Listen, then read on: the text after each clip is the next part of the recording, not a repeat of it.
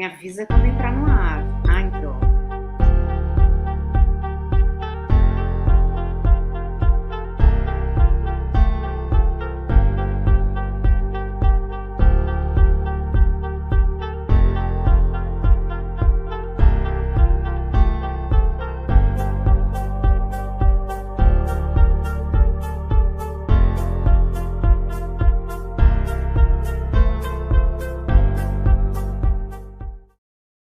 A cada 2 minutos, uma mulher é agredida no Brasil.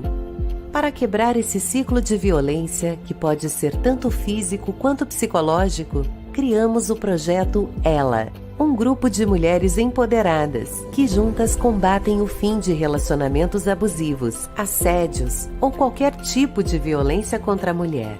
Através de uma plataforma online, oferecemos às vítimas todas as informações e recursos necessários para que elas consigam sair de situações de abuso. Construímos uma rede de apoio segura para que cada mulher consiga se fortalecer no seu próprio tempo, até que tenha a estrutura que precisa para se libertar. O projeto Ela conta com uma plataforma de cursos totalmente gratuitos e 100% online para mulheres que desejam evoluir em alguma área ou simplesmente adquirir conhecimento. Nossa visão é que não existe o impossível. Podemos tudo. Precisa de ajuda ou gostaria de ajudar? Entre em contato. Acesse nosso site e siga nossas redes sociais.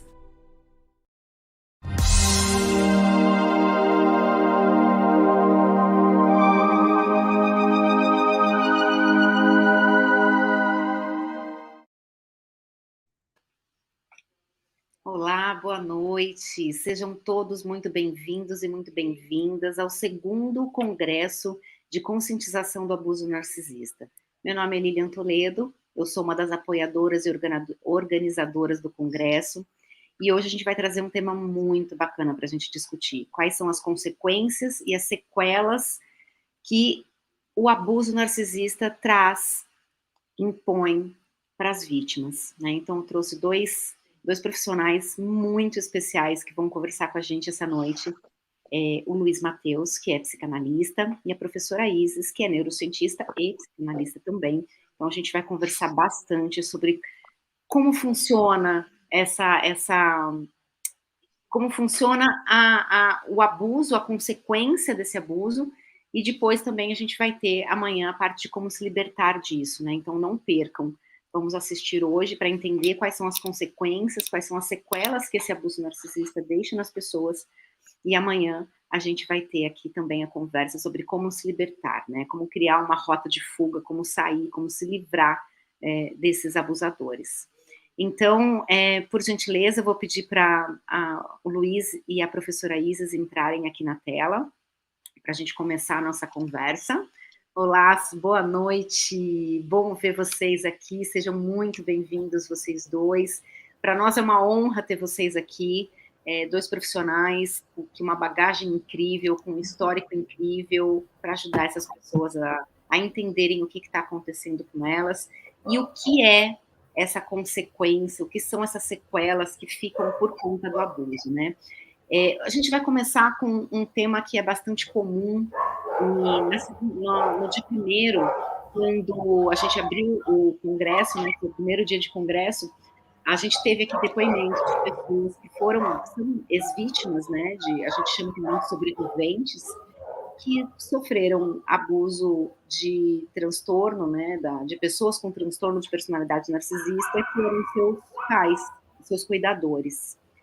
Então, eu vou começar perguntando o seguinte: essas sequelas desses abusos, Luiz, quais são as mais comuns que você encontra em consultório, tá?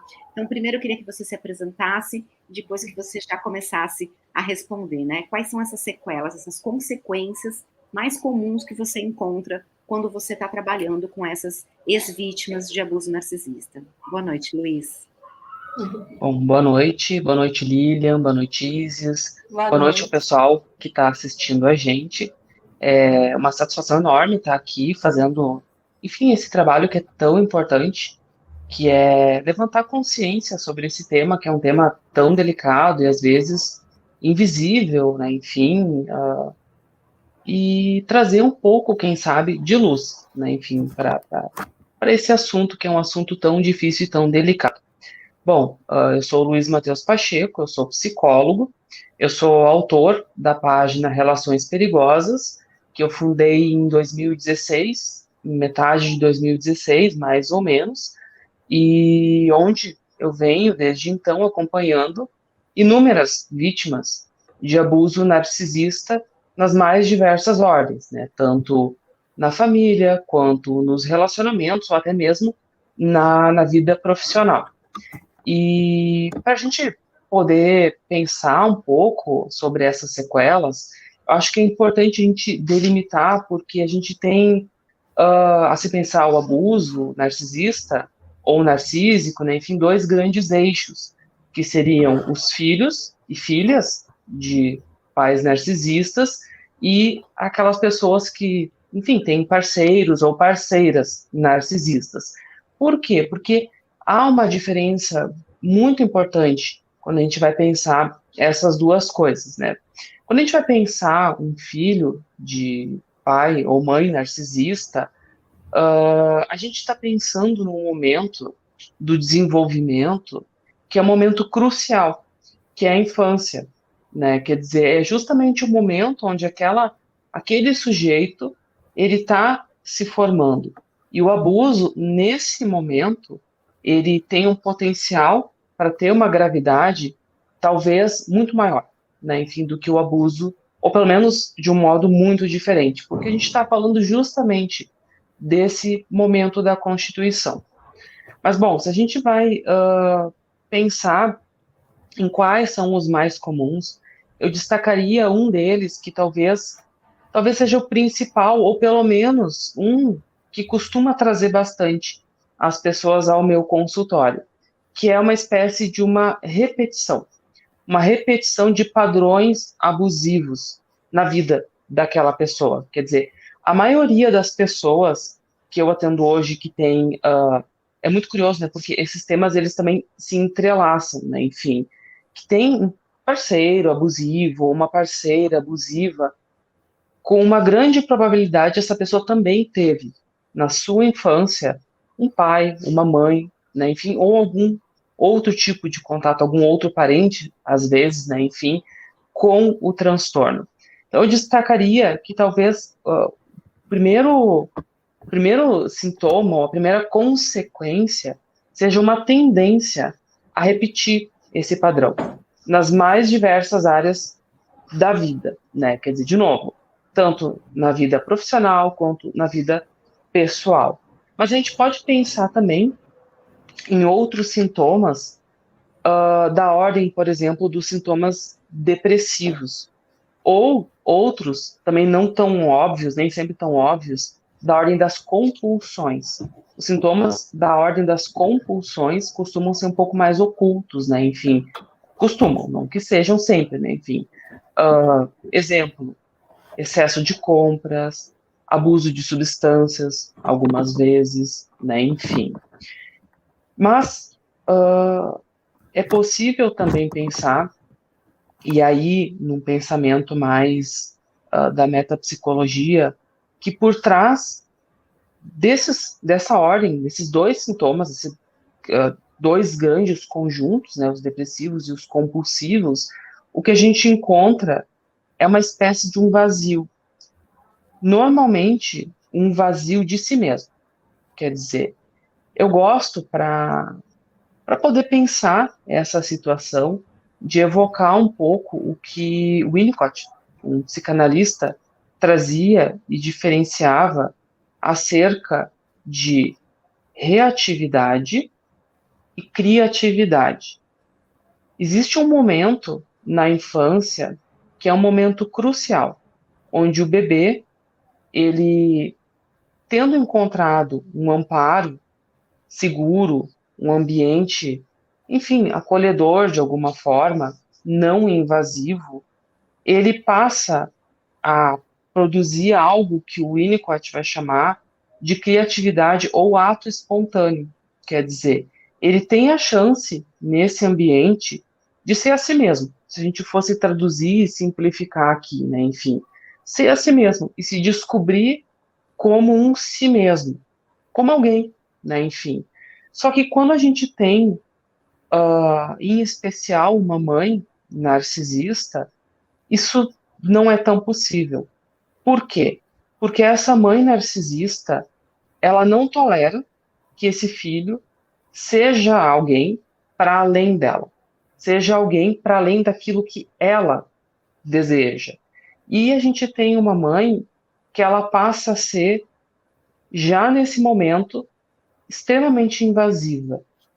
Já nesse momento, privando essa criança, veja bem, de algo que é crucial e super importante, que é dela mesma. E isso leva a um desenvolvimento onde uma parte fundamental fica, digamos assim, faltante. E é muito fácil cair, né, enfim, em tentativas, né, enfim, ou de responder a isso, ou de tamponar esse vazio, né, da ordem das compulsões, ou até mesmo consequência disso, da ordem, enfim, dos estados mais depressivos.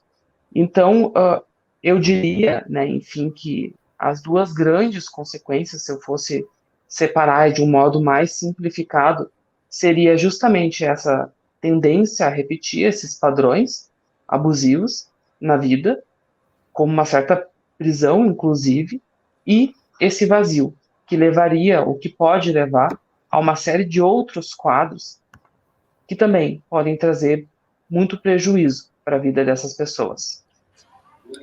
Luiz, antes de passar a palavra para a professora Isis, claro, deixa eu te fazer uma pergunta. Nessa questão da repetição dos padrões que você está dizendo que a vítima traz como uma consequência, você se refere a repetir a manipulação e os joguinhos que o narcisista traz, ou repetir a busca de pessoas com esse transtorno? Ela faz isso de maneira inconsciente. Mas qual é o padrão que a vítima repete? A gente pode pensar nas duas ordens, né? Quer dizer, quando a gente pensa numa vítima que sofreu esse abuso na infância, a gente pode pensar isso também como uma etiologia, como uma origem para uma estrutura, para um funcionamento dentro de um transtorno de personalidade narcisista. Mas a gente pode pensar também essa busca por padrões de relacionamento abusivos, onde essa pessoa acaba se tornando novamente vítima, também como uma consequência. Quer dizer, hoje mesmo eu estava fazendo uma supervisão de um caso, e embora a questão não fosse exatamente um transtorno de personalidade narcisista, o que se tinha era o seguinte: era uma mãe ausente, desinteressada, por razões, enfim, talvez de um estado mais depressivo, e um pai que ele era extremamente agressivo e violento, assim, verbalmente, né? Até então, não era violento fisicamente. E uma criança, uma pré-adolescente, que ficava numa situação de uma espécie de um abandono, onde o único investimento que ela tinha sobre ela era esse do pai.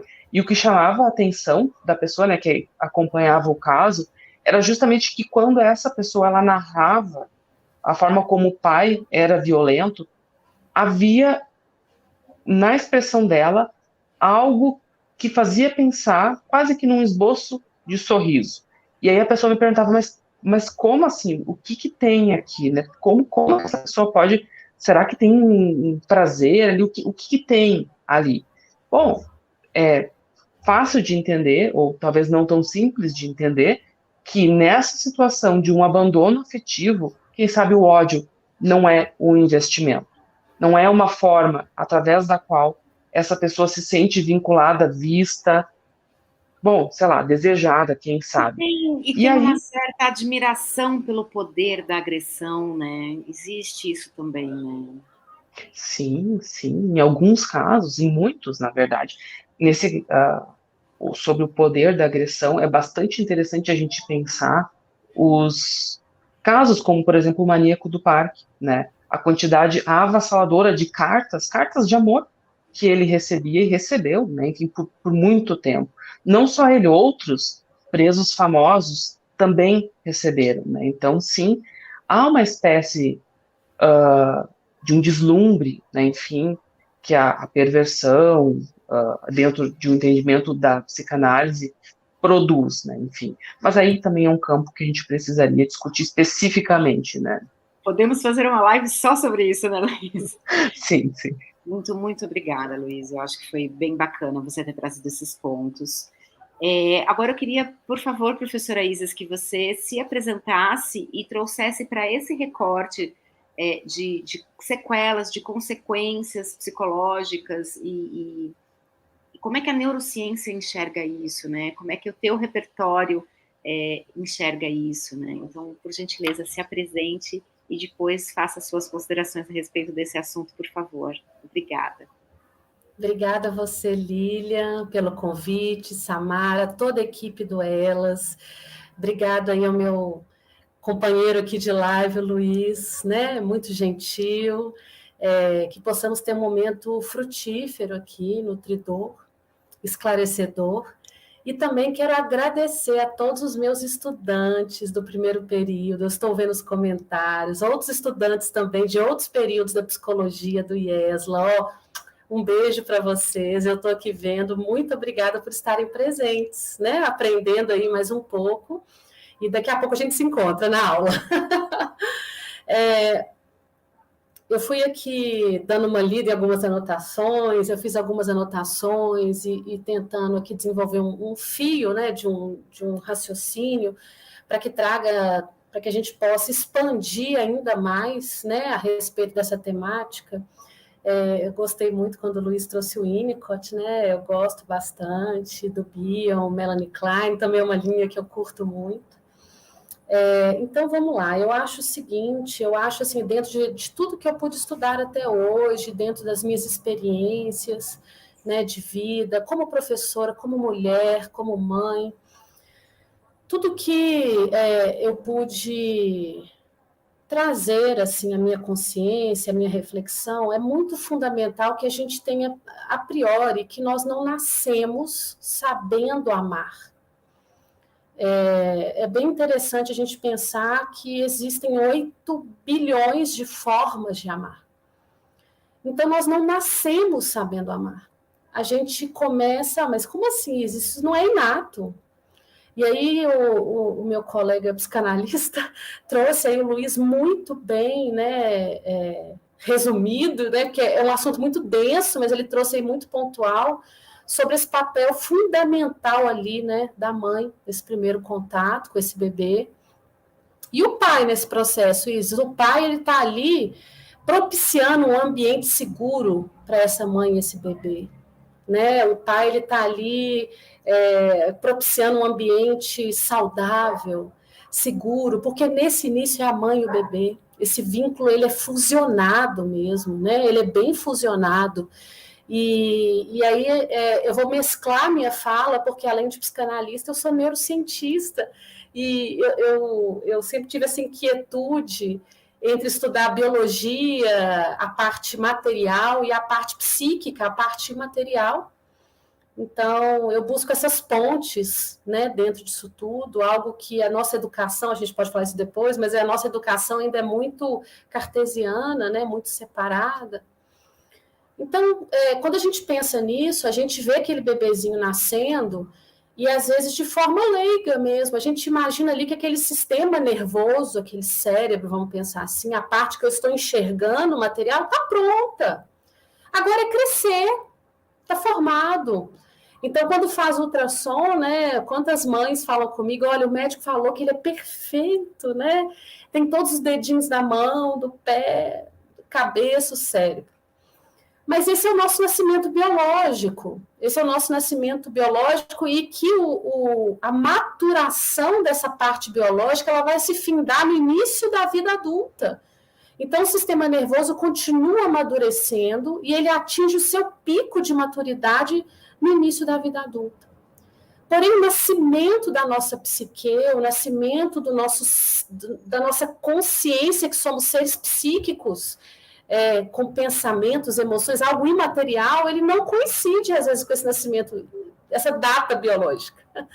Ele vai acontecendo, ele vai se desenvolvendo, né, de forma concomitante, mas também influenciado pelos nossos vínculos e pelo ambiente.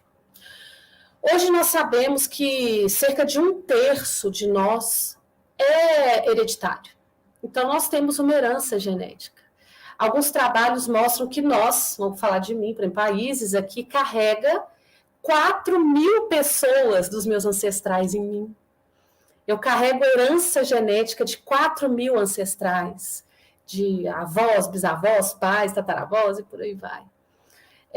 Mas isso não é suficiente. Por um grande tempo, né, a gente acreditou que tudo era genético, tudo era hereditário, a gente escutava muito isso. Não, isso é genético, isso é genético, isso é genético. Então, o transtorno de personalidade narcisista, ele está dentro de um grupo, né, do DSM-5, mas o transtorno de personalidade narcisista não é uma doença.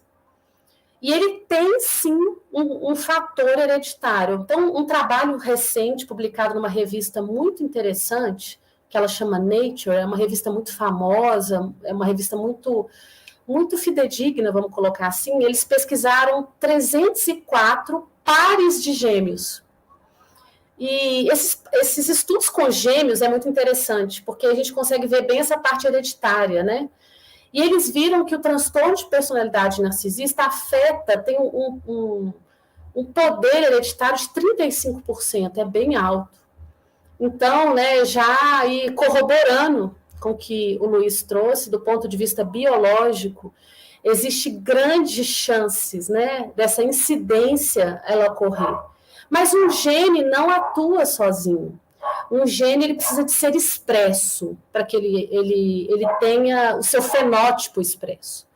E para ele ser expresso é necessário um ambiente favorável. E aí que entram os nossos vínculos, principalmente nossos vínculos primários. Então, como eu disse inicialmente, ninguém nasce sabendo amar. Esse vínculo primário entre mãe e pai ali, o pai é fundamental nesse processo, né? Até porque no nosso desenvolvimento psíquico, a gente passa por um narcisismo primário, isso é saudável, de certa forma. É meu, a criança não é muito assim? Ela se desvinculando um pouco da vontade da mãe. Ela se encontrando ali naquele processo, e aí um ponto muito interessante, né, corroborando também com o que o Luiz falou, porque essa mãe, nós estamos falando de uma mãe agora, narcísica, com transtorno de personalidade narcísica, ela não consegue lidar, ela ama, vamos dizer, ela idolatra aquilo que é semelhante a ela. Narciso ama o seu reflexo. Então, essa mãe, ela é extremamente fálica, essa mãe ela não vai permitir nada além daquilo que ela deseja para esse filho, né? Esse processo vai ser de muito choque, né? De muita dor, de muito sofrimento. Muitas vezes, essa criança ela vai se desenvolver psiquicamente achando que ela é a melhor. Assim como a mãe acha, ela vai se achar a melhor. Meu filho é o mais inteligente, o mais bonito, o mais perspicaz. Então, essa criança, ela vai nesse processo aprendendo que é assim que se relaciona. É muito complexo. Até porque o próprio transtorno da personalidade narcisista, raramente ele procura um processo terapêutico. Ele pode procurar, porque ele apresenta eventos, um indivíduo, né, que tem um transtorno de personalidade narcisista, ele apresenta eventos assim, de ansiedade ou de depressão, mas não pelo transtorno narcisista. Ele acha, dentro da fantasia e de tudo isso, que ele tem uma dominância social. Ele acredita que ele tem uma dominância social. O dele é melhor, ele é melhor. E aqui cabe algo interessante, porque a maioria vai se desenvolver para cargos de liderança.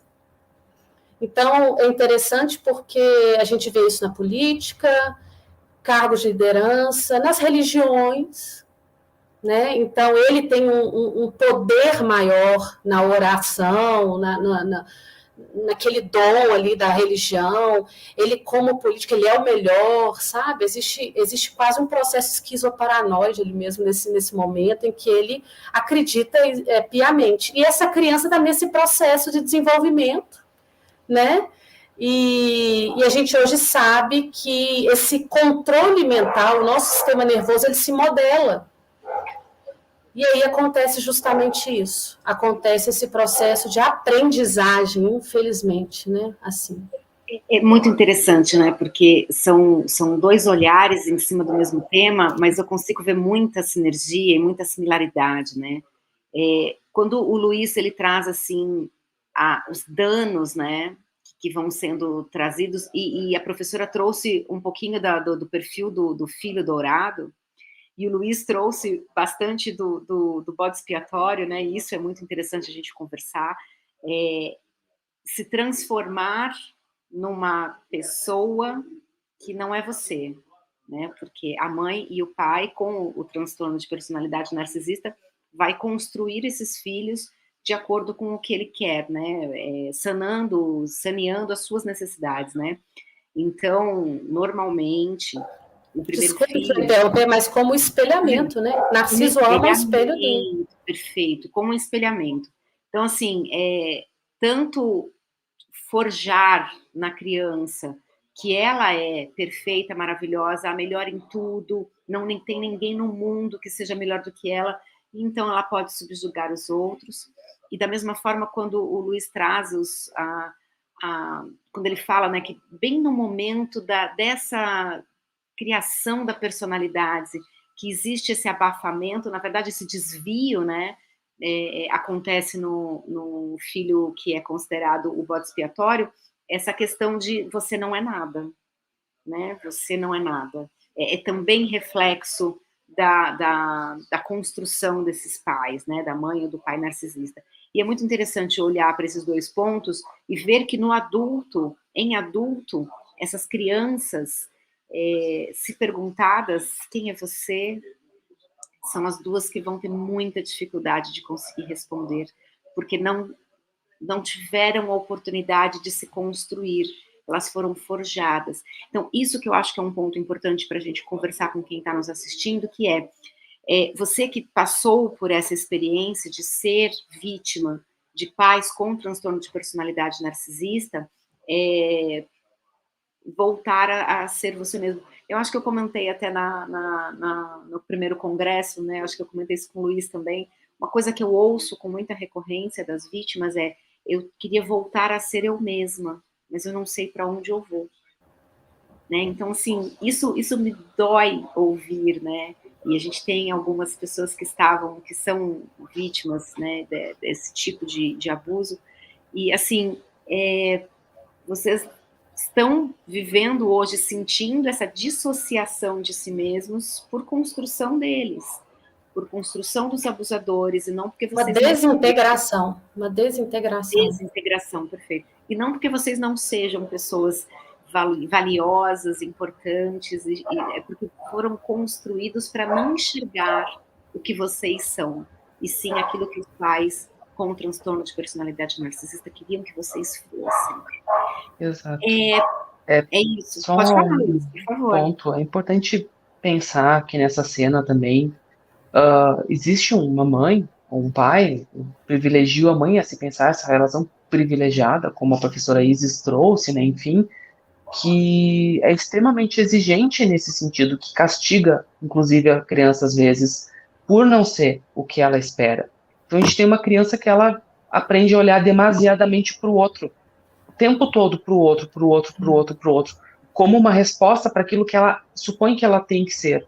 Mas isso é tão massivo que ela pode chegar numa idade adulta se desconhecendo, né? Existem casos que eu atendo em consultório que a pessoa, de fato, desconhece estados orgânicos. Ela tem dificuldade de sentir calor, por exemplo. Nossa, tá calor. Leva um tempo para a pessoa poder se perceber no próprio corpo, porque ela foi acostumada a estar tanto atenta no outro que ela não olha para si, né? Enfim, eu gosto de trazer uma figura para fazer uma analogia dessa relação, de como seria a relação mãe-bebê da mãe narcisista com a criança, que é se pensar que, num caso, numa relação saudável, há um bebê, o bebê demanda a mãe, bom, a mãe também demanda o bebê, em certa medida, mas o bebê mama na mãe. A mãe narcisista é quase o contrário, a mãe que mama, entende? Quando ela coloca o bebê no peito. A relação é 100% para ela. E isso faz uma diferença muito grande quando a gente vai pensar esse esvaziamento ou essa não construção, né? Então, às vezes, Lilian, às vezes a questão é voltar a ser. Às vezes a questão é poder se construir como um si mesmo. Eu não vou dizer do zero, mas assim, quase do zero. Às vezes o trabalho é poder, de fato, poder, quem sabe, pela primeira vez, se olhar, de fato, se olhar. E a professora Isis fez um comentário com relação do desenvolvimento do amor, né? Como essa mãe não ama o filho, né? E isso é um ponto muito importante, que eu acho que é a parte mais dolorosa, quando o filho percebe que nunca foi de fato amado pela mãe e pelo pai, que tem transtorno de personalidade narcisista, porque isso na nossa sociedade também é muito, assim, existe uma aura imaculada, sobre a imaculada, sobre a mãe, eu livre falar mal da mãe, né? Em especial da mãe. Então, quando o indivíduo, né, chega na fase adulta e não sabe amar, e combina bem com o que a professora trouxe, né, e com o que o Luiz falou, aquela construção na infância, onde ela desenvolveria o amor, ela não teve referência, né? Então chega na fase adulta e tem realmente essa dificuldade. A gente não nasce sabendo amar. Eu adorei essa frase, porque eu vou usar isso em treinamentos de inteligência emocional, se me permite. Porque a gente desenvolve, a gente aprende. Cara, então assim, se eu não tive essa oportunidade de aprender a amar, porque eu tive pais que eram TPN, eu posso começar agora. Né? Isso também eu acho que é libertador. As pessoas que hoje se identificam como filhos e filhas de pais e mães com transtorno de personalidade narcisista, que percebem que não sabem amar, não é um ponto final, né? Eu posso aprender, eu posso desenvolver isso também hoje. Eu achei isso muito bacana. E às vezes não é nem eu não sei amar. É isso que eu quero dizer para as pessoas que estão nos escutando, que muitas vezes eu vejo uma replicação, né? Vamos colocar assim, como o Luiz trouxe, uma repetição, uma replicação por honra a esse pai e essa mãe, por amor, de certa forma. Então, olha só, não é não saber.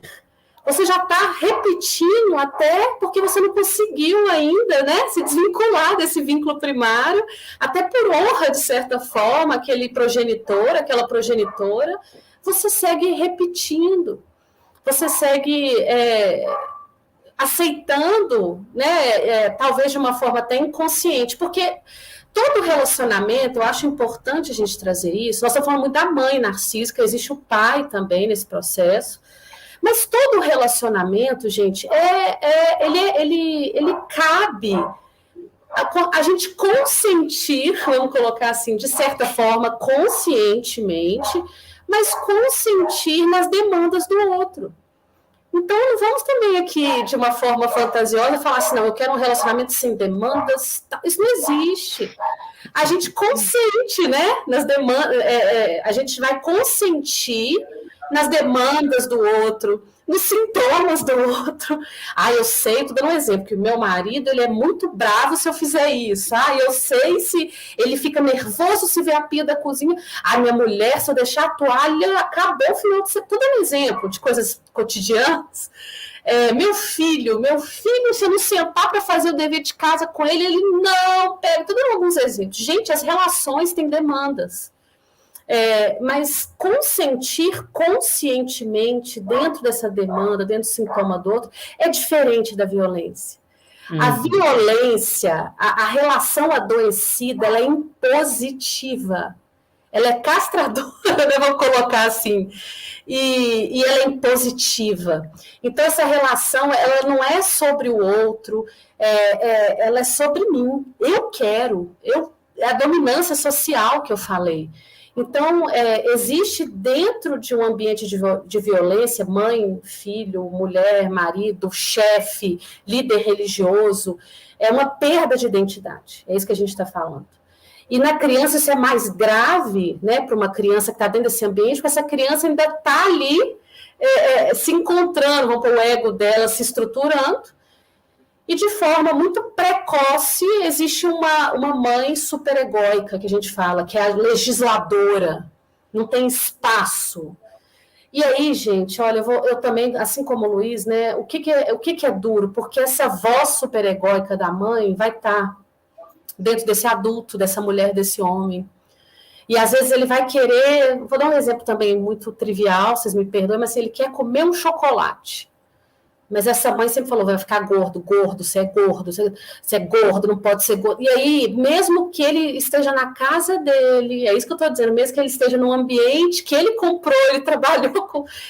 Aquilo é quase algo que gera culpa, né? Que gera dor, muito sofrimento. Então, é a diferença da violência para se relacionar traz demandas, né? Dos dois lados, é via de mão dupla. Né? Mas isso... Pode falar, Luiz, por favor. Isso, eu acho que essa é uma boa forma de diferenciar, né? Quer dizer, na relação saudável tem espaço para dois, né? Na relação abusiva, em especial narcísica, não tem espaço para dois. Tem espaço só para um, né? Então, olha a diferença como é. Parece que algumas coisas são parecidas, como a professora Isis dizia, há demandas, né? Olha, é o meu jeito, né? Enfim, há um se adaptar ao outro, mas não é um se adaptar onde um precisa desaparecer por completo para o outro, né? Enfim, assumir esse controle, né? Então é bastante importante poder situar essa diferença. É verdade. E aí trazendo essa doença, né? Esse ambiente doentio, né? Para os relacionamentos amorosos, e o Luiz falou muito bem, né, que enquanto psicólogo, né, dentro da psicologia, ele falou dessa questão da repetição de padrões, não que sejam em todos os casos, mas boa parte dos casos de pessoas que cresceram em ambientes familiares com pessoas com transtorno de personalidade narcisista, acabam repetindo esse padrão na busca do relacionamento. De novo, repetindo para ficar claro para todo mundo, não é regra, né? É comum acontecer da pessoa na fase adulta se buscar, e também não é consciente, como a professora Isis disse, né? Não é um processo consciente. É o meu ponto de vista, que não é algo tão claro assim, né? Sim, a pessoa acaba buscando se relacionar amorosamente com pessoas que sejam parecidas com aquilo que ela aprendeu como referência de amor, como referência Indisponíveis, boa, essa também é muito boa. Aí eu queria saber, Luiz, dentro da psicologia, dentro do seu consultório, o que você percebe que, além de recorrente, são as sequelas ou as consequências mais duradouras da vítima do abuso narcisista? Eu destacaria a culpa, mas para poder entender isso, a gente precisa pensar que o abuso narcísico, ou a violência narcísica, ela se difere de outras formas de violência, porque ela é uma forma de violência que ataca a identidade do outro. Então, numa relação de um abuso narcisista, a gente vai falar de uma espécie de uma erosão da identidade, que que acontece de modo gradativo e muitas vezes, quase sempre, muito silencioso mesmo. Essa erosão da identidade, ela vai ser também um dos fatores aprisionadores, um dos maiores fatores de aprisionamento. Por quê? Porque essa vítima de um relacionamento abusivo, ela pode acabar tão esvaziada que ela sente que ela não pode viver sem o outro. Ela não é mais sem o outro. E aí, tanto a vítima que teve, né, um pai, uma mãe narcisista, quanto a vítima que não teve, nesse ponto elas se equiparam. porque ela chega em determinado momento onde esse vazio, esse esvaziamento da vida dela, dos bens psíquicos dela, que ela acaba deixando que o outro tome conta, ou que o outro ataca, né, para destruir, enfim, se torna tão grande que fica difícil dela sair. De um modo metafórico, eu costumo dizer que é quase um convite assim, vem para o meu mundo, né, o que o narcisista faz, vem, olha que lindo, que romântico, né, vem participar do meu mundo e tal, aí a pessoa vai, só que quando ela vai, ela perde o dela, ela fica completamente sem chão, não tem muito para onde voltar, então ela acaba abrindo mão, né, dos amigos, dos laços sociais, ela acaba abrindo mão daquilo que são as potencialidades dela, às vezes, tanto profissionais, hobbies, né, enfim, ela vai abrindo mão, ela vai se adaptando ao outro, ela vai entrando um pouco parecido, mas não é exatamente a mesma coisa que a professora Isis falava de consentir com o outro, quer dizer, ela vai se adequando ao outro, mas demais, quer dizer, ela vai de fato nesse processo não só fazendo sei lá, um meio termo, algo que possa ser ceder para, enfim, em prol da relação, mas não, ela vai abrindo mão dela mesma, né? Enfim. E a questão é que geralmente quando ela se dá conta disso, é muito difícil se dar conta. Por quê? Porque ela, estando tão esvaziada e estando nessa relação de dependência do outro, como suportar que esse mesmo outro que se ama, esse mesmo outro que promete grandes coisas, como suportar que esse outro é também um grande abusador? Aí ela se torna uma espécie, algumas vítimas, muitas na verdade, uma espécie de cúmplice, secretamente, de modo completamente inconsciente. Acho também super importante situar. Cúmplice do outro. Por quê? Porque ela entra numa espécie de um contrato onde ela também precisa negar. Ela também precisa negar que o outro é abusivo, que aquela relação não tá legal. Aí ela começa a justificar o outro. Ela mesma, por conta própria, justifica o outro. Aí ela entra um pouco mais fundo, né? Enfim, nesse buraco dessa armadilha que é o abuso narcisista. Outro aspecto assim muito importante que vai ajudar a gente a pensar nessa culpa é que o comportamento do narcisista, ele é, em certa medida, paradoxal. O que eu quero dizer com isso? Que ele não faz um sentido como um sentido normal deveria ser. O narcisista, ele faz uma coisa e fala outra. Ele promete uma coisa, mas na prática é outra. Ele maquia um cenário de amor, um cenário muito colorido, muito bonito, mas na verdade é outra coisa. Vocês compreendem que a gente tem duas coisas que, em certa medida, são opostas. E isso é muito difícil de perceber, especialmente para quem nunca ouviu falar desse tipo de abuso. É muito difícil mesmo, porque são coisas que não estão nem sempre tão expressas. Vamos lembrar que é uma violência que nem sempre ela se dá, não deixa hematoma, nem sempre deixa hematoma, nem sempre a agressão possui uma violência verbal expressa, ela vai ter depois, quando o narcisista geralmente já tem uma segurança maior, que o outro não vai escapar, né, enfim. Então, isso produz, ou tem uma tendência a produzir uma espécie de uma dificuldade de percepção mesmo, de entendimento daquilo que está se passando com aquela vítima.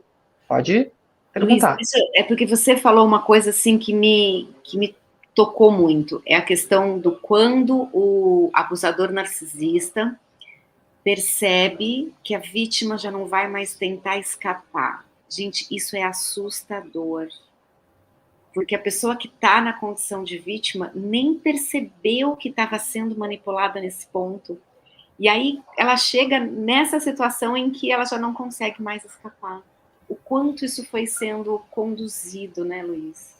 É porque, assim, desculpe interromper, mas claro, o narcisista, o transtorno de personalidade, né, o narcisista secundário, ele se coloca assim, ele não precisa de ninguém. Ele se coloca na posição, apesar de ser, né, o contrário, como foi muito interessante, essa posição que ele se põe na posição, eu não preciso de ninguém. E essa vítima nada mais é do que nutridora para ele. Ele se sente muito poderoso, né? Ele manipula, ele joga, ninguém engana ele, né? O transtorno de personalidade narcisista, ele tem uma falsa compaixão. Ele geralmente, aos olhos da sociedade, é o melhor marido, a melhor mãe, a melhor família, o melhor líder. Ele é o melhor aos olhos, né, assim, da sociedade. Então, assim, né, ele não precisa de ninguém. Quem é você? Né, assim, e aí, realmente, eu acho muito... Eu queria corroborar com a neurobiologia. Por quê? Porque, assim, eu acredito, né, dentro de todos os meus estudos, que a biologia, a nossa parte material, como eu comecei falando, ela molda a nossa psique, o nosso comportamento, e o nosso comportamento, nossa psique, molda a nossa biologia. Não tem início e fim. Né? A gente vai aprendendo que uma coisa é emocional, outra coisa é biológica. Isso não existe, a gente é um ser uno. E é nesse contexto que, vamos colocar a vítima, né, seguindo sua pergunta, ela começa a ter modificações neurológicas muito graves, neurobiológicas muito graves. Então, os estudos mostram, por exemplo, que essa vítima, ela tem a amígdala, que é uma região, amígdala cerebral, tá, gente? Não da garganta, a amígdala cerebral, hiperativada.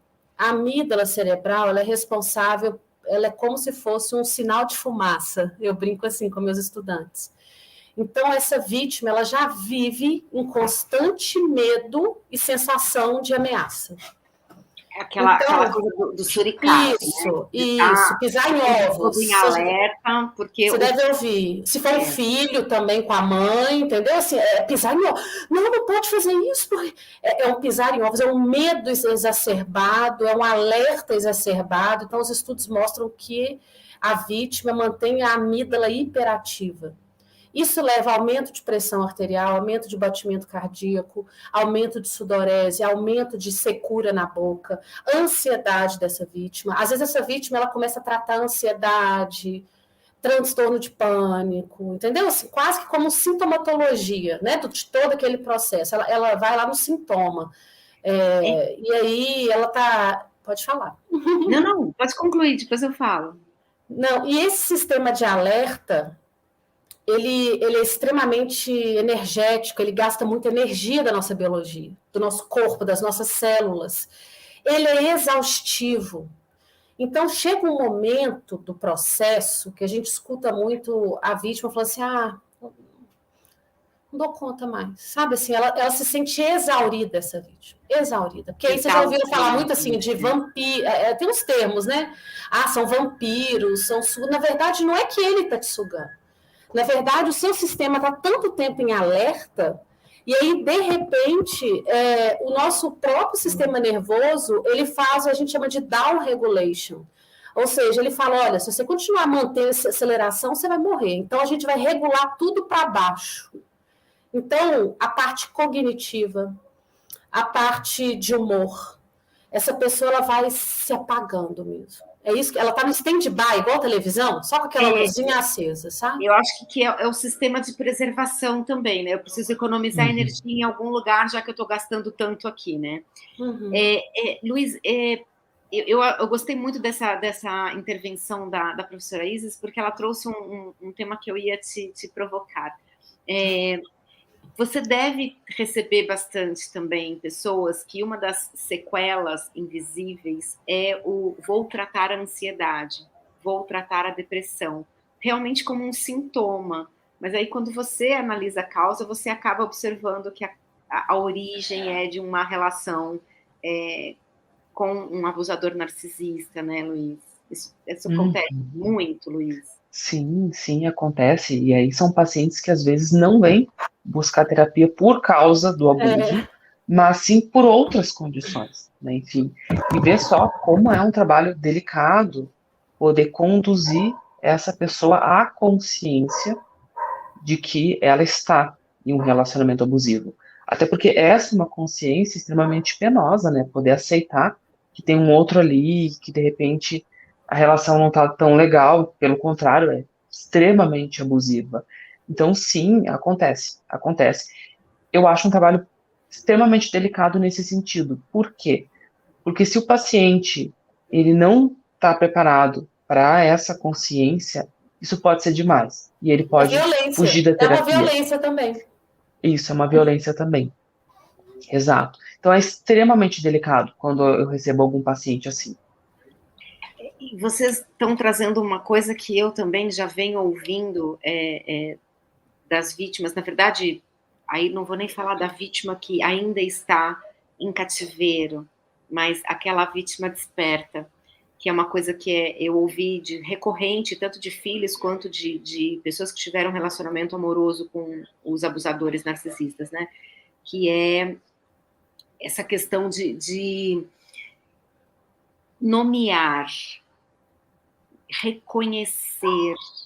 A Regina Camargo, que fez o congresso com a gente no ano passado, e 2 ex-vítimas que deram o depoimento nesse ano, deixaram isso bem claro, né? Reconhecer que eu estava num relacionamento abusivo foi muito difícil. Mesmo entendendo que tudo que eu estava sofrendo era por causa desse transtorno. Ainda assim era muito difícil. Deve ser muito difícil reconhecer, poxa, minha mãe é narcisista e nunca me amou. Eu falo porque eu não passei por isso, então eu consigo verbalizar. Mas a consciência também deve ser muito complicada, né, Lili? É porque envolve o luto, Lili. É um luto, sabe? A dor do luto, né? Essa pessoa, ela... Essa descoberta que gera o luto, eu ia te perguntar isso também, Isis. É a descoberta que gera o luto, é isso? Eu não acredito que só aquilo que a gente consegue verbalizar atinge nossa consciência, entendeu? Com palavras. Tá. Muitas vezes a gente consegue elaborar algo ali no divã, a gente consegue elaborar algo a partir de uma relação saudável, algo ali dentro que eu não verbalizei, eu não tenho nem palavras, entendeu? Para poder, mas assim, às vezes a primeira relação saudável da vítima vai ser com o terapeuta. E ali já é curativo, já é acolhedor, entende? Então, assim, eu não entendo que é somente falando, assim, mas eu acredito, eu trabalho com a palavra, mas eu acredito que ali tem muito mais, né? Tem muito mais nesse ambiente, é um ambiente nutridor. E aí eu coloquei aqui agora, né? Quando você estava falando, eu falei, quando o Luiz estava falando, eu até peço desculpas, que eu falei, é violência, porque eu escuto muita gente falando assim, larga essa pessoa. Ah, se é sua mãe, vai embora, arruma um emprego e some. Se é seu pai, vai embora. Se é marido, some. Assim, gente, né? Se é uma pessoa que teve estrutura... Não, e aqui, impor o seu ponto de vista para o outro é violência. Então, cada um conscientiza e enxerga a verdade que suporta, Lilian. E às vezes, num processo terapêutico, né, como você perguntou para o Luiz, é bem interessante, a pessoa fala assim, eu vim aqui porque eu estou nervosa, eu estou estressada. Ela não chega a verbalizar, não, eu vim aqui por causa disso, minha mãe... Não é assim que funciona. Às vezes se gasta anos para que aquela relação se torne a relação terapeuta ali, sabe? De amor, nutridora, algo ali. E aí, a partir deste modelo de relação, ela possa, eu estou falando quem sabe, ter um despertamento. E aí é claro, sabe, Lília, que romper com esse elo primário, como eu disse, que a gente honra, né, até inconscientemente, com o casamento de anos, é um luto e uma dor incomensurável. Mas que, por um outro lado, eu enxergo a dor como algo tão humano, porque o Luiz Moura pincelou sobre perversão, a gente não entrou muito nisso, mas o sádico, que é o transtorno de personalidade narcisista, ele pode ser perverso e ele ser sádico, ele ainda goza, ele ainda tem prazer em massacrar o outro. O gozo dele está ali, em tirar tudo do outro, em mostrar poder em cima do outro. E, para mim, isso é mais grave, porque ali não tem dor. Ali não tem lágrima de ressentimento, compaixão, Lília, ali não tem. Então, quando eu vejo, às vezes, um paciente extremamente sofrido e ressentido, tudo isso, ali ainda tem algo, sabe? Ali ainda tem algo muito forte desse lado humano. Eu sei que não é bom, é desagradável. Sim, eu já vivi muitos dói, é humano, né? Mas ele não vai mais ter isso sozinho, você entende? Por exemplo, num processo terapêutico, eu estou com ele. O Luiz está com ele, né? Com esse indivíduo. Então, assim, a gente costuma até dizer, né, assim, nós estamos aqui. A gente fala muito assim, né, no plural. Eu não sei se o Luiz faz isso, mas porque nós estamos juntos. Então, ele se sente ainda mais forte, sabe? Para poder seguir esse processo.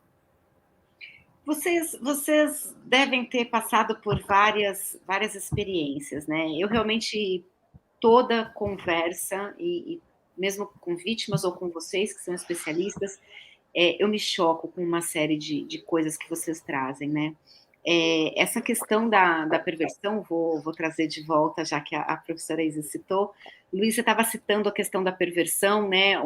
A admiração pela perversão. Existem pessoas que, assim, eu vou dizer por mim, né? Eu tive uma época em que eu admirava pessoas que eram grosseiras, porque aquilo para mim era um sinal de poder. E eu passei a repetir esse comportamento até perceber que eu não precisava daquilo. Mas eu, né, não tenho um histórico de ter sido vítima de mãe ou pai narcisista, então eu construí minha personalidade do meu jeito, com os meus erros, e assim vamos. Mas existe essa questão. Uma das perguntas da semana passada, desculpa, do começo do congresso, foi sobre síndrome de Estocolmo. Isso acontece também, não precisa ser este nome, mas algo parecido com isso, porque eu estou criando aqui na imagem o perverso, que é a pessoa com transtorno de personalidade narcisista, e a vítima. Eles acabam construindo também essa relação de dependência e de admiração que a síndrome de Estocolmo, guardadas as devidas proporções, também gera, Luiz? E depois eu quero ouvir a opinião da Isis também sobre esse assunto.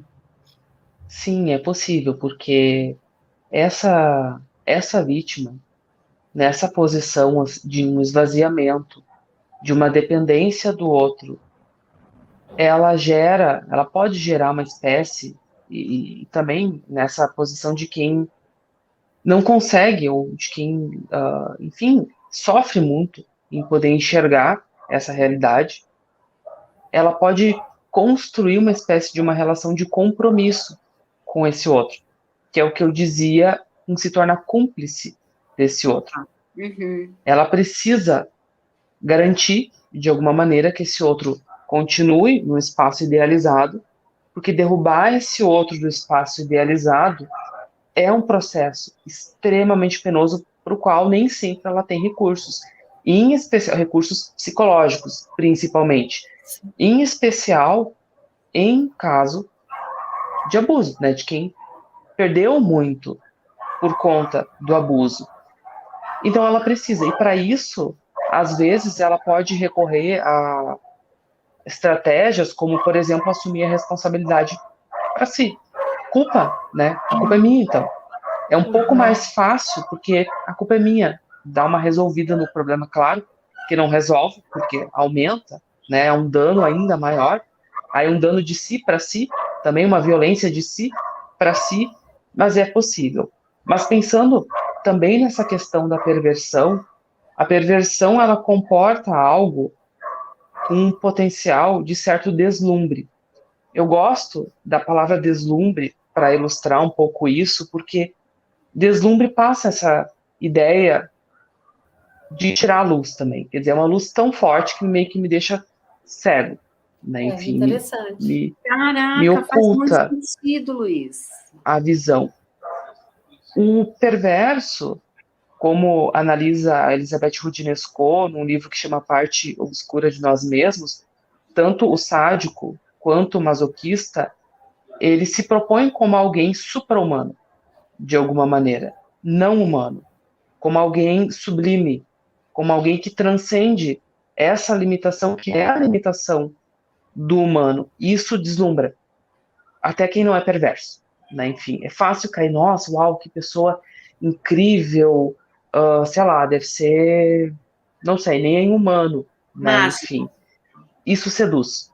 Essa imagem seduz, entende? Então é fácil cair nessa armadilha, é fácil ficar cego, é fácil se apaixonar, inclusive, por essa imagem, como tu bem trouxe. Eu acho que a ideia do poder, tu trouxe numa situação, sei lá, talvez não perversa, mais cotidiana, né, da grosseria, mas é isso, é uma ilusão de um poder, é uma ilusão de que aquilo é, enfim, o que me falta, de alguma maneira, né, enfim, aquele outro é o outro perfeito, aquele outro vai ter, né, o que eu preciso em mim.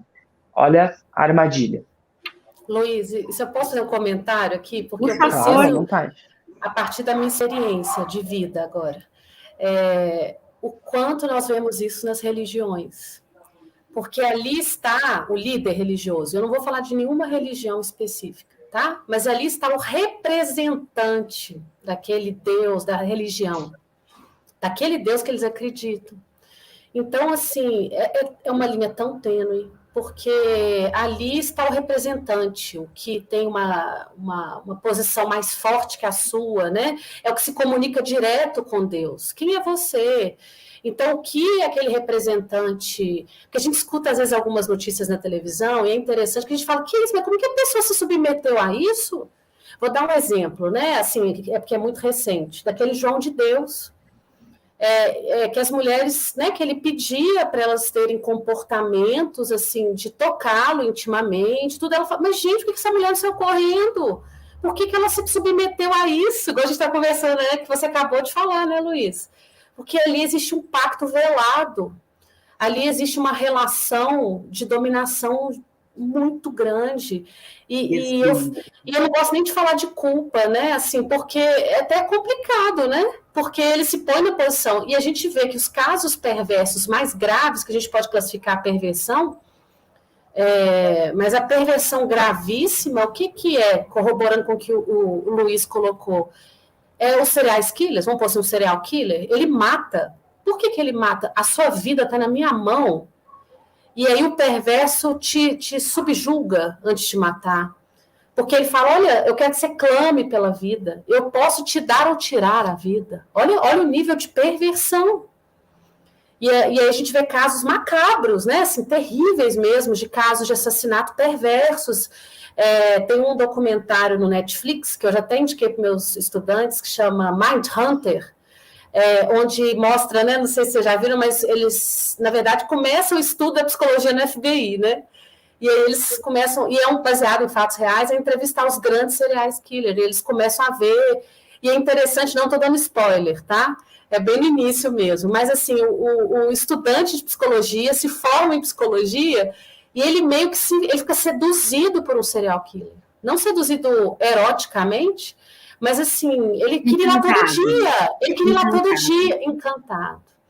Então é algo assim muito muito complexo. Por isso que eu tenho um aperto no coração da superficialidade que nós julgamos as situações, né? Assim, tão rapidamente, né? De uma mulher numa situação, né? de violência, de um homem numa situação de violência, de uma criança, enfim, a gente julga muito rapidamente. É só pegar sua mala e ir embora. Se fosse eu não estava ali, né? Assim, e por aí vai. Mas é mais ou menos o que eu falei. Eu também talvez não passasse por algumas situações, mas porque eu não tive uma infância que não permitiu certas construções, né? Então, assim, a minha infância me permitiu construir uma personalidade. Então, talvez, para mim fosse mais fácil. E mesmo assim não foi, né? Eu tive um relacionamento abusivo durante muitos anos, sem perceber. Quando eu percebi, eu falei, não acredito, e eu permiti que isso acontecesse comigo, justo eu, tão inteligente, tão construída, e como é sutil, né? E no caso dos abusadores com TPN, gente, quando eu falo TPN, é transtorno de personalidade narcisista, tá? Para quem está assistindo a gente não achar que eu sou maluca. Eu sou maluca, mas não vem ao caso. Todos nós temos nossa cota, Até de narcisistas, tá? Temos nossa cota narcísica também. Eu estou com um psicólogo e uma neurocientista aqui, estou assumindo uma loucura, olha que loucura. E nós temos nossas cotas, Lilian. Todos nós temos nossas cotas. Eu gosto das minhas. Mas essa questão de referência, né? Eu acho que isso é bem bacana a gente dizer. cada um de nós tem uma referência diferente do outro. Então, quando a gente... E assim, é muito triste, eu vou usar um comentário que a Carla fez aqui no chat, que nem todo terapeuta, nem todo psicólogo está preparado para tratar as pessoas com transtorno, que são vítimas. Com transtorno também. Mas que esses aí dificilmente vão procurar tratamento. Mas quando a vítima procura, e ela vai procurar vocês pelos sintomas, né, e depois vão descobrir a causa, mas tem essa questão também de os profissionais não estarem preparados para lidar com isso, né? E eu já ouvi também alguns relatos aqui, tanto no congresso do ano passado quanto nesse, de que foram buscar ajuda e saíram ainda pior. Uhum. Né? E isso que, assim, por isso que eu valorizo tanto vocês, né? Porque vocês estão trazendo o além, né, de ter feito psicologia, de ter feito neurociência, de ter se especializado em uma série de outras coisas, além disso, né? Então, eu acho isso muito, muito valioso. E em consultório, vocês dois atendem, né? Então, eu posso falar do consultório para os dois? Posso? Eu confesso que hoje é uma linha ainda minha alternativa. Eu falo assim por quê, né? Porque eu ainda estou pensando muito nessa parte acadêmica. Eu sinto ainda muito o meu chamado com meus estudantes que estão aí da psicologia, e principalmente porque eu sou professora de primeiro período, viu, Luiz? Então, eu tenho um chamado assim, muito grande para esse processo, esse descortinar, vamos pôr assim um pouco, né? Então, é difícil conciliar academia, pesquisa e o consultório, mas eu ainda estou caminhando para isso, para ficar somente consultório. Então, eu vou falar de consultório com o Luiz e de pesquisa com a professora. Tá bom. Porque eu quero que vocês dois tragam justamente essas visões diferentes para esclarecer para quem está assistindo, né?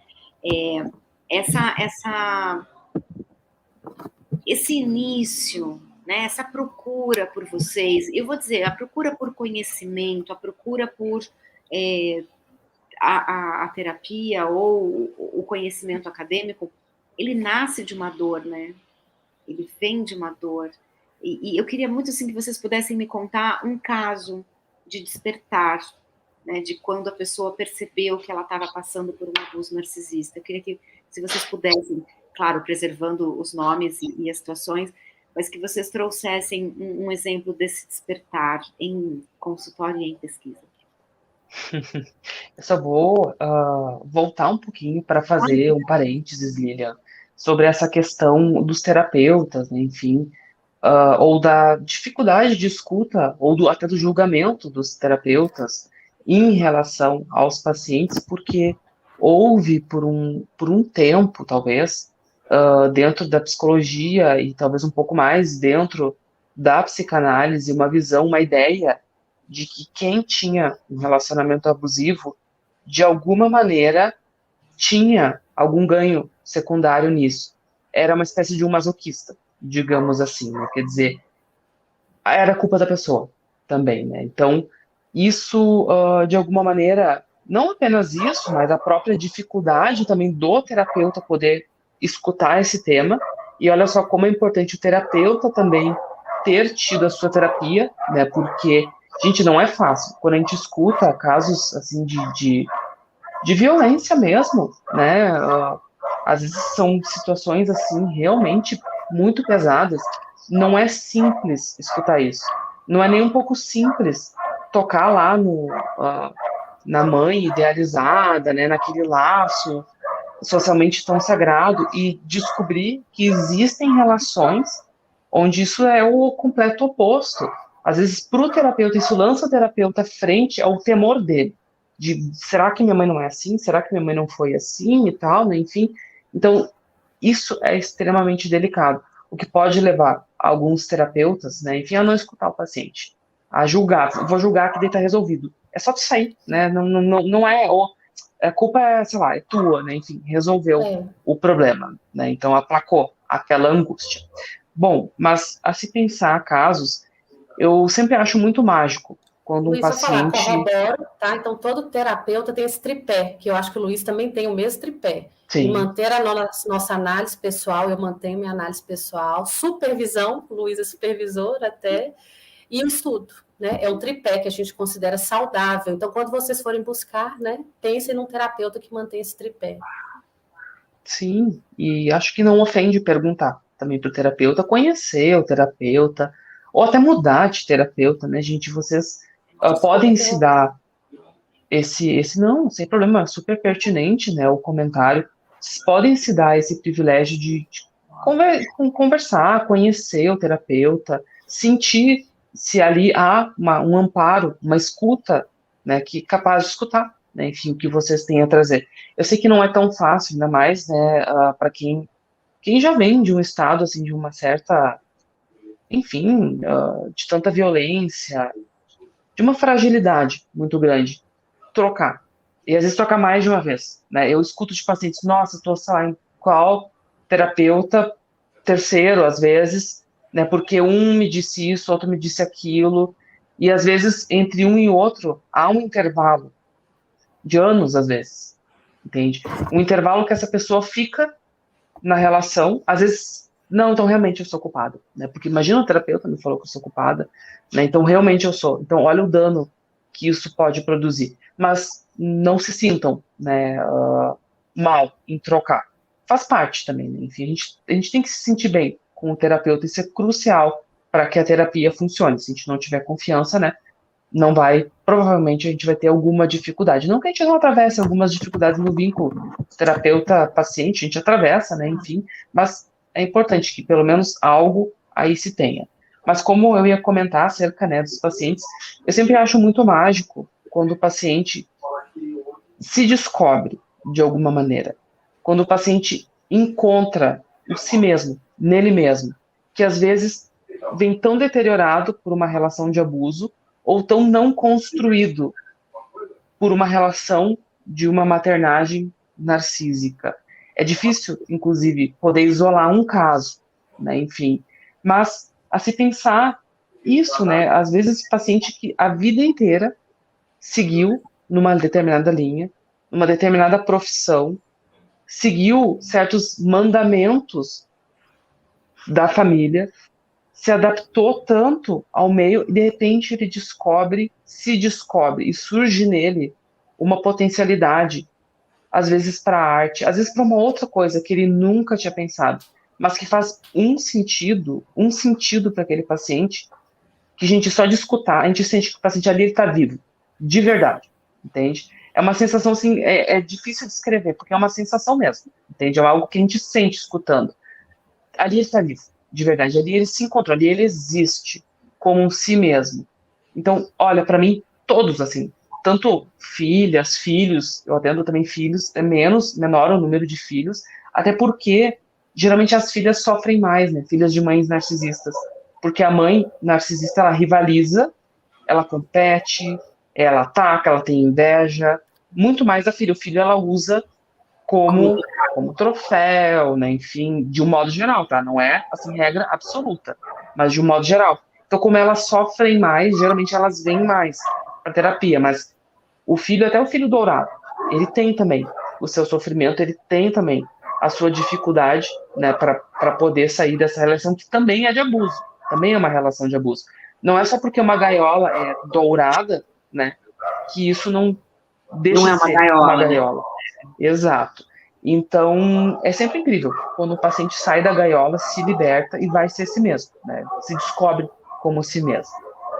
E corroborando, assim, eu acho a mesma coisa, e para mim é lindo quando isso acontece aí com todo um ambiente de amor, né? Genuíno, acolhedor. Eu venho muito dessa linha de uma psicanálise do acolhimento, do professor Renato. Então, assim, um ambiente acolhedor, é de amor, e ali, como o Luiz falou, ali ele pode, sabe, se mostrar mesmo, né? Nossa, eu sempre sonhei tocar, igual ele falou das artes, né? Porque a nossa sociedade ainda condena muito, né? A artista não ganha dinheiro, a gente escuta muita coisa, né? Vai ter que seguir a profissão do pai, da mãe, né? Assim, de certa forma, é projetado muito, né? Nesse filho. ou nessa filha. Na filha mais rivaliza, como ele disse mesmo, né?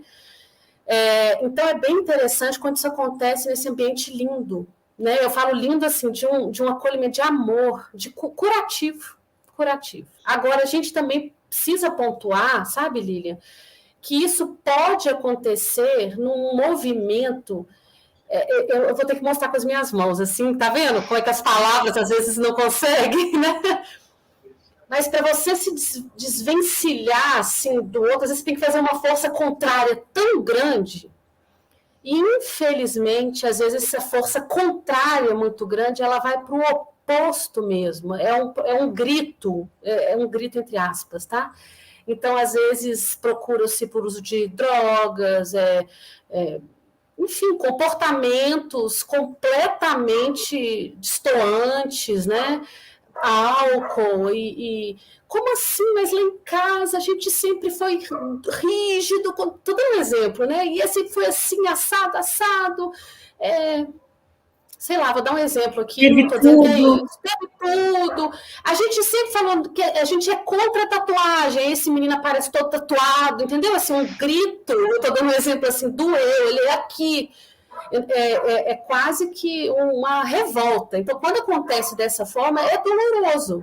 Então, às vezes, sabe, não é um ponto, assim, foi aquele dia, eu vejo muito, pode ser que aconteça, né? Não sei se o Luiz tem essa experiência, mas eu vejo uma crescente, e quando é um ambiente acolhedor, que nós estamos, né, lhe amando, uma escuta, gente, uma escuta sem julgamento, é tão leve, em que você possa falar aquilo que te angustia, né? Assim, um abraço apertado, um olhar, né? Um olhar de eu te compreendo, né? De certa forma, a gente está querendo dizer isso com o olhar. Agora, nem sempre acontece assim, sabe, Lília? Às vezes acontece nessa punção, né? Nesse movimento contrário. E aí cabe dizer uma coisa que é necessário a gente alertar, né? Um transtorno de narciso, uma pessoa que tem um transtorno de personalidade narcisista, ela muitas vezes não deixa isso acontecer barato, não. Então, esse indivíduo, essa vítima, vai ter que lidar com muita agressividade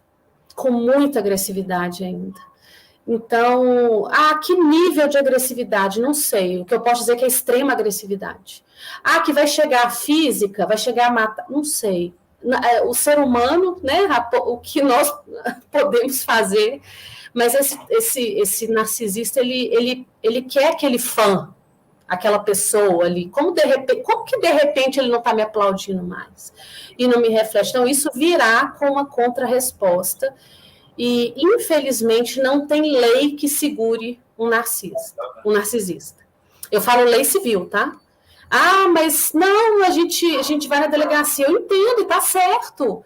Mas não, eu tenho que ser honesta, ele se acha acima disso. Entende? Ele se acha acima disso. Então, é quase que um jogo de xadrez, é estratégia, sabe? O terapeuta ajuda a pensar em estratégias, junto com, às vezes, advogados, são estratégias para lidar com esse indivíduo. Porque ele vai responder com extrema agressividade. Eu estudei bem menos do que vocês dois, com certeza, sobre esse assunto, muito bem menos, mas do que eu li, do que eu soube, o TPN, ele não parte para agressão física, né? É muito raro acontecer um abusador narcísico ter agressão física, né? Mas não é impossível, né? Talvez reduzido. Depende, né? Assim, esse é meu ponto de vista, o Luiz pode discordar, ou vocês, eu nunca acho que é uma coisa só. É só a gente tomar um cuidado. Quando eu falei das cotas aqui, não é minha essa fala, é do Bion. Então, nós temos cotas. Então, por isso que eu falei, nós temos nossa cota narcísica também aqui, né? Então, nós temos nossa cota psicótica, nossa cota louca, nossa cota neurótica, enfim. Quando eu resolvo dançar sozinha, assim, é uma cota nossa, né? Mas, assim, eu não sei, Lilian, somos seres individuais. Então, o que a gente vê dentro do DSM, e eu não acho que nós somos somente diagnóstico, eu não penso assim. Mas um transtorno de personalidade narcisista, com a perversão, ele vai com uma psicopatia. Então, eu não sei se é tão simples caracterizar assim. Vou dar um exemplo, tá? Ah, não, mas o meu marido é só transtorno de personalidade narcisista. Ele não tem a perversidade. É difícil, sabe, a gente Somos mix. enquadrar isso, né? Você não Somos acha? Não mix. sei, Luiz, o que você acha, assim? Eu concordo contigo, até quando a gente olha o DSM, né, e olha lá o transtorno, passa um pouco uma ideia, assim, de um grupo, assim, todo homogêneo, todo narcisista é Perfeito! exatamente igualzinho, e na verdade não é, né, a gente tem narcisistas que são mais propensos à agressão física, a essa violência, né. Gente, eu tive uma paciente uma vez que eu me apavorei, o marido narcisista dela entortou grade de ferro com as mãos, entortou, assim, gente, era grossa a grade, ele conseguiu entortar com as mãos. Ele não pegou ela porque ela estava atrás. Eu não sei o que teria acontecido se ele tivesse pegado ela, entende? Então, isso que a professora Isis fala é muito verdadeiro. A gente precisa, sim, pensar em estratégia, e é estratégia de sobrevivência, às vezes, né, entende? É importante poder pensar nisso. Mas cada narcisista também vai ter suas cotas ali diferentes, né? E isso vai fazer uma configuração. Tem narcisistas que são mais preocupados com a questão da imagem social, né? Ah, se me descobrir. Esse narcisista, a lei barra mais. A lei jurídica barra mais. Por quê? Porque ele sabe que ele vai, de repente, se ferrar. Não que ele vai desistir, vai deixar barato. Ele vai usar outras vias, que não a agressão física. Ele vai usar a agressão física só quando ele souber realmente que não tem problema. Mas tem outros não, como a professora Isis bem trouxe, eles estão acima da lei, eles são a lei. Eles são mais importantes que a lei. Então eu posso fazer o que eu quiser, não tô nem aí, entende? Esse sim, é um narcisista bem perigoso. Esse narcisista, e a gente não sabe, né, Luiz? Você vai pagar para ver, sabe, Lília? Então, por exemplo, esse narcisista que ele se acha e grande acima da lei, ele é aquele tipo que vai para um presídio, estou supondo, tá? E ele vai para o presídio e, em vez de se prostrar, poxa, um senso assim de qualquer ser humano ia ficar muito triste com essa situação toda, não. Ele vai malhar, ele vai comer bem, vai dormir, vai ficar arquitetando assim que sair, entendeu? Infelizmente é algo terrível de dizer, mas é assim. Ele não se abala com aquilo, ele está acima daquilo também. Ele está acima, ele sabe que vai ficar ali um tempo, mas ele vai sair, entendeu? Ele não, aquilo lá não abala, ele vai sair até melhor, assim, fisicamente, talvez vai malhar mais, estou supondo. Vai usar aquilo ainda assim a favor dele, né? Então, é terrível. A gente tem 3 perguntas no chat que eu queria trazer para vocês, né? É muito comum a gente falar sobre mães narcisistas e muito comum a gente falar no relacionamento amoroso que o homem é o narcisista das relações. A gente sabe que existe, que isso não é a única verdade, né? E a Graziela trouxe essa pergunta. E o pai narcisista, né? O que vocês podem trazer com relação à figura paterna narcísica? O pai narcisista, ele, assim como a mãe, ele também vai causar um grande estrago e um grande adoecimento. A professora Isis trouxe antes uma figura que é importante da gente pensar, que para que essa mãe possa estar com esse bebê no colo, fornecer um ambiente tranquilo para esse bebê, para que esse bebê possa ser criativo e não reativo, como eu trouxe, que ele possa ser ele mesmo, que ele possa ter essa segurança, né, de que ele pode dormir, ele pode, de alguma maneira, estar tranquilo. Essa mãe precisa também de um amparo, e um amparo que muitas vezes quem dá é esse pai. Gente, eu não estou dizendo que uma mãe sozinha, né, não pode criar um filho, não é isso que eu estou dizendo. Mas eu estou dizendo que o ambiente onde tem um pai narcisista, esse pai, ele é um elemento adoecedor muito importante. Tem um autor americano, ele chama Alan Rapaport, ele vai falar inclusive em conarcisismo. O que ele vai situar como conarcisismo? Ele vai dizer que alguns parceiros de narcisistas acabam colando tanto no narcisista que ele acaba assumindo um funcionamento muito parecido em relação aos seus filhos, entende? Então, essa mãe, ela vai também sofrer consequências, ela vai estar, às vezes, tão atenta naquele marido narcisista que é altamente instável, né, que é ali, demanda um monte, enfim, que ela não vai conseguir dar o amparo que essa criança precisa. Isso é adoecedor. Isso fora pensar, né, situações onde esse pai vai manipular a criança contra a mãe, contra os irmãos, ou até num processo de separação, às vezes nem precisa de separação, para haver um elemento, uma manipulação no sentido de uma alienação, né? Alienação Muito parental, comum. por exemplo. Desculpe interromper, eu falei muito comum isso, porque fala, ela Sim, que quis sair, eu amava, ela que a culpa é dela, você está passando por isso. Então, foram falas muito comuns. E só um comentário, o meu ponto de vista é que o pai, ele já é uma figura de limite. Assim, essa energia, né? Pensa, quando eu falei da amamentação, igual o Luiz falou, né, que uma mulher não dá conta. Claro que dá. Nós estamos dizendo que seria uma unidade biológica, né, favorável para que essa mulher se foque totalmente ali na criança, e esse pai zele, né, vamos supor por isso, esse pai vai entrar nessa relação, é necessário que esse pai entre nessa relação para o desenvolvimento saudável dessa criança, porque senão essa criança vai sugar essa mãe num nível, né, fusiona os dois. Então, o pai já é um líder, vamos pôr assim, a figura dele já é forte. Imagina ele narcísico. Então, assim, com o transtorno de personalidade narcisista, eu brinco que é quase um líder de uma seita. É horrível, mas é tipo isso, é quase um líder de uma seita dentro de casa. Então, que todo mundo tem quase que se ajoelhar, né? A hora que ele senta no sofá, ninguém pode dar estou dando um exemplo, dar um pique, é o líder da seita. Então, o pai já é essa figura muito forte, que é saudável, e eu não estou falando aqui de machismo, não é nada disso. É energia masculina, é isso que eu quero dizer. Ela é saudável, né, até para a relação da mãe e do filho num dado momento, para desmembrar um pouco isso. Agora, se ele entra com esse papel, né, se ele tem esse transtorno, ele vai levar um massacre, né, dessa família, é um massacre para essa família. Brutal, né? Até porque se o pai é um abusador narcísico, ele já manipulou a mãe o suficiente, né? Então, provavelmente ela também já é vítima, né? Uhum. A Rosemary trouxe uma pergunta que me dói sempre que eu ouço. A vítima contribui para sofrer o abuso? O que a gente comentou sobre a culpa, né? As vítimas acabam, às vezes, se responsabilizando por permitir que esse abuso aconteça, né? Ela está comentando que só descobriu o abuso depois de 20 anos de casado. O que vocês podem dizer, por favor, sobre essa culpabilidade da vítima?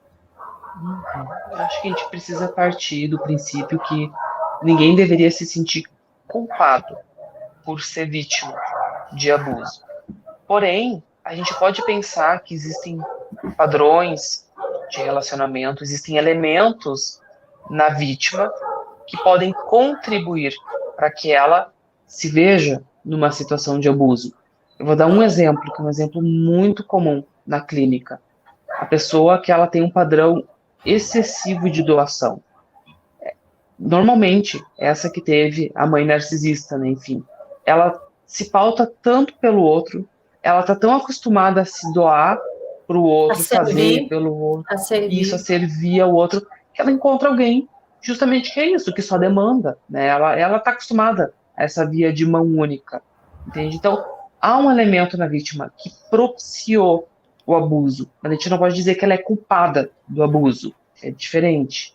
É uma característica dela que favoreceu que aquilo acontecesse, mas não que ela tenha culpa por ser assim, né? Por ser disponível.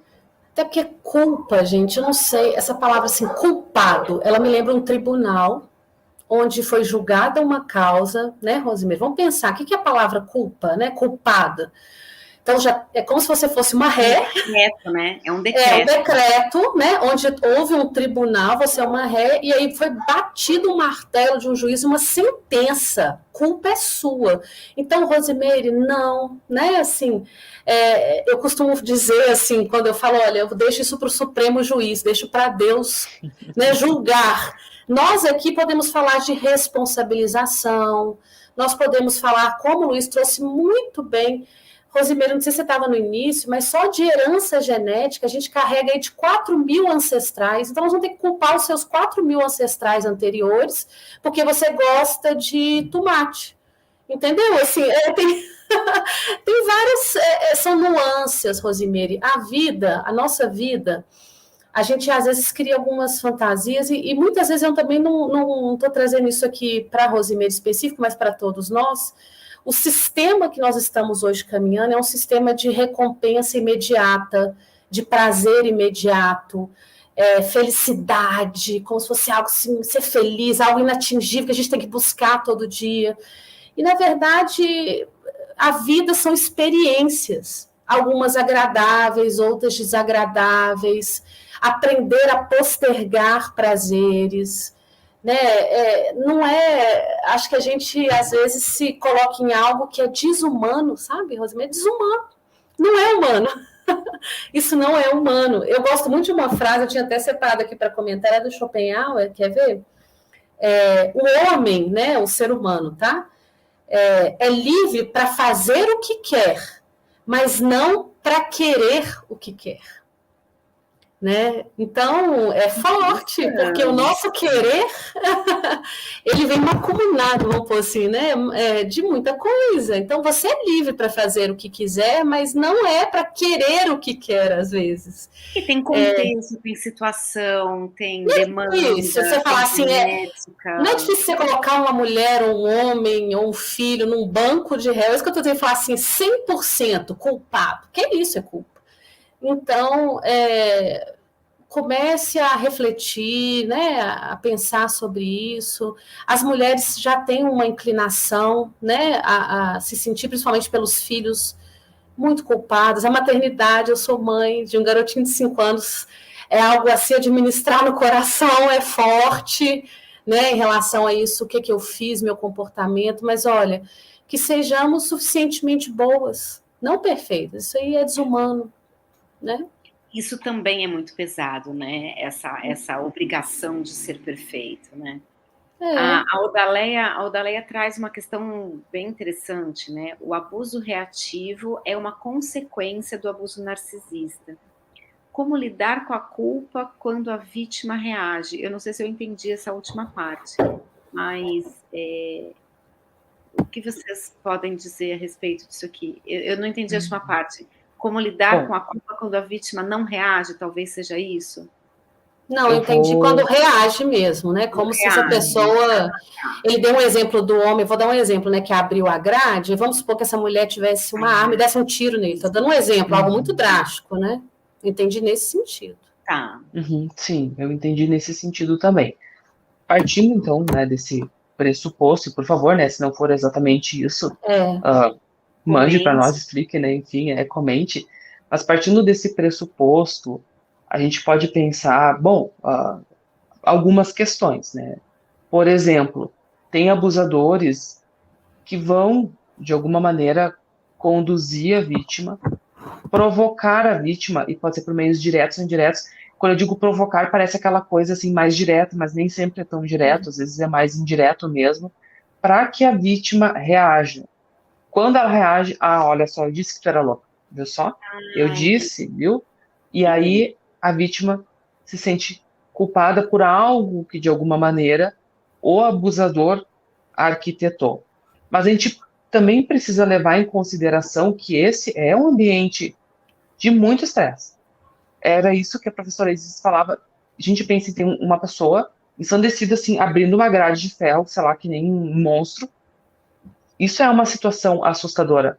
A vítima está passível de reagir, ela tá, entende? Inclusive em defesa própria, por conta do estresse, né? Enfim. E aí cada situação vai ser uma situação específica, né? Conforme o tipo de reação também que ela teve. Mas acho que é também importante levar isso em mente. A vítima, ela é humana também. Ela é humana e ela está exposta a um ambiente que vai provocar reação. Gente, quem não reage, sei lá, é uma pedra, e mesmo assim, de repente, ela até reage, né? Dependendo da pedra, se tu bate, sai pedaço, não sei. Verdade. Entende? Eu ainda eu falo isso com meus estudantes, quando eu vejo reação, alguém chorando, né, num processo de análise, ou sabe, numa aceitação e tal, eu ainda fico feliz, de certa forma, porque ali tem vida, igual a gente estava conversando. Eu fico mais assustada com a pessoa totalmente apática, totalmente desconectada, né, contando né, vamos supor, o companheiro tentou agredi-lo dessa forma, matá-la, e ela não esboça. Ela já se cingiu, sabe? Ela já... É bem difícil resgatar essa humanidade, né? Assim, ela já está tão machucada, tão ferida, essa vítima, tá? A gente está falando no feminino como vítima. Então, assim, eu acho que também existe um ponto que você chamou de abuso reativo, nós estamos falando de uma situação pontual, né? Uma reação, vamos pôr assim, agudo. Vale refletir uma relação, aí eu já falo de uma relação que tem um vínculo totalmente adoecido, né? Onde eu provoco, o outro provoca, eu cutuco, então é outro tipo de vínculo, né? Então, para mim, isso não é um abuso reativo, isso para mim é outro tipo de vínculo. Agora, uma reação, né, de uma mulher de uma forma abrupta, desse homem, enfim, aí eu também corroboro que é um ser humano, né? E viva as reações. Gosto disso. Chegamos ao final da nossa conversa. Passou muito rápido o tempo para mim. Parece que a gente começou faz 5 minutos. É verdade. Eu estaria aqui conversando com vocês a noite toda, porque nossa, aprendi muito hoje. Quero agradecer muito vocês pela generosidade de estar aqui com a gente numa sexta-feira à noite, de maneira voluntária, dividindo o que vocês aprenderam durante anos, todas as noites de estudo que vocês passaram, cada uma das baladas que vocês não foram para poder estudar. Eu acho que isso tem que ser valorizado. E ainda assim, chegar no ponto bom e excelente que vocês têm hoje, e ainda assim se dispor a vir conversar com a gente e vir ajudar e despertar. Eu gostei muito de uma palavra que vocês usaram, os dois usaram a palavra no começo, que é trazer luz para pessoas que às vezes não percebem nem que precisavam dessa luz. Né? Então, assim, de verdade. Nem que eram luz. É verdade. E ainda vão brilhar muito aí. Então, assim, obrigada mesmo por vocês terem essa generosidade, terem essa disposição de colaboração e de humanidade. Então, assim, muito, muito obrigada a vocês dois, Luiz, Isis. Eu estou aqui encantada com vocês. Eu ia usar o deslumbrada, mas não vou usar mais, porque vocês não tinham. É mesmo, Luiz, já ressignificou isso. Não uso mais esse termo agora, porque eu não quero mais ficar ofuscada, mas eu quero continuar contando, e vocês dois, assim, trouxeram muito brilho para essa conversa. Eu espero que as pessoas ouçam, entendam e se libertem.